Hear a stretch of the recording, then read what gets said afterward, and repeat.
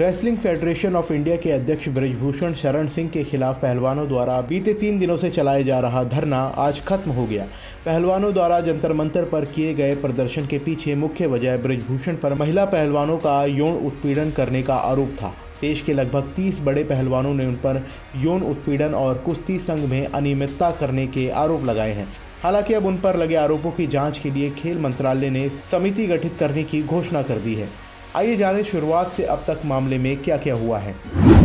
18 जनवरी को धरने की शुरुआत हुई थी। इस मामले की शुरुआत उस समय हुई जब 3 बार की कॉमनवेल्थ मेडल विजेता विनेश फोगाट ने रोते हुए भारतीय कुश्ती संघ के अध्यक्ष और भाजपा सांसद बृजभूषण शरण सिंह पर महिला पहलवानों का यौन उत्पीड़न का आरोप लगाया। हालांकि सांसद ने आरोपों को सिरे से खारिज कर दिया।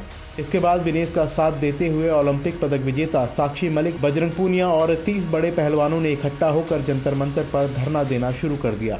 सभी ने बृजभूषण पर लगे आरोपों को सही बताया और कहा कि समय आने पर इसके सबूत भी दिए जाएंगे। धरने में पहलवानों को बृजभूषण का इस्तीफा और कुश्ती संघ को भंग करने तक की मांग रखी गई।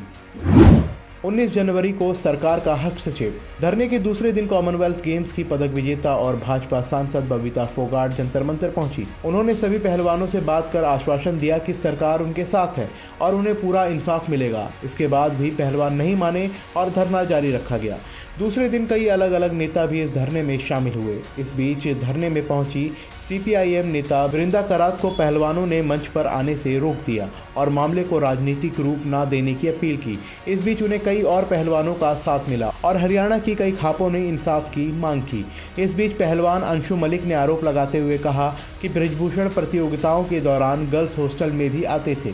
पहलवानों ने धरने के दूसरे दिन खेल मंत्रालय के सामने अपनी बात रखने की मांग की, जिसे मान लिया गया। देर शाम पहलवान खेल मंत्री अनुराग ठाकुर के साथ बैठक करने पहुंचे और कई घंटों तक चली ये बैठक बेनतीजा रही।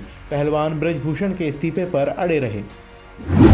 20 जनवरी पहलवानों के तीसरे दिन भी धरना जारी रखा गया। पहलवानों ने तीसरे दिन भी अपना धरना प्रदर्शन जारी रखा और एक बार फिर बृजभूषण के इस्तीफे और सरकार से कुश्ती संघ भंग करने की मांग की। इस बीच मामला बढ़ता देख PT उषा के नेतृत्व में भारतीय ओलंपिक संघ ने संज्ञान लेते हुए बृजभूषण की जांच के लिए मैरी कॉम की अध्यक्षता में 7 सदस्यीय पैनल का गठन किया।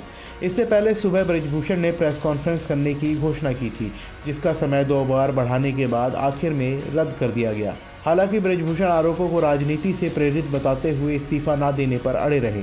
इसके बाद 20 से 21 जनवरी की देर रात एक बार फिर खेल मंत्री अनुराग ठाकुर के साथ पहलवानों ने वार्ता की, जो कि सफल रही और पहलवानों ने धरना खत्म कर दिया।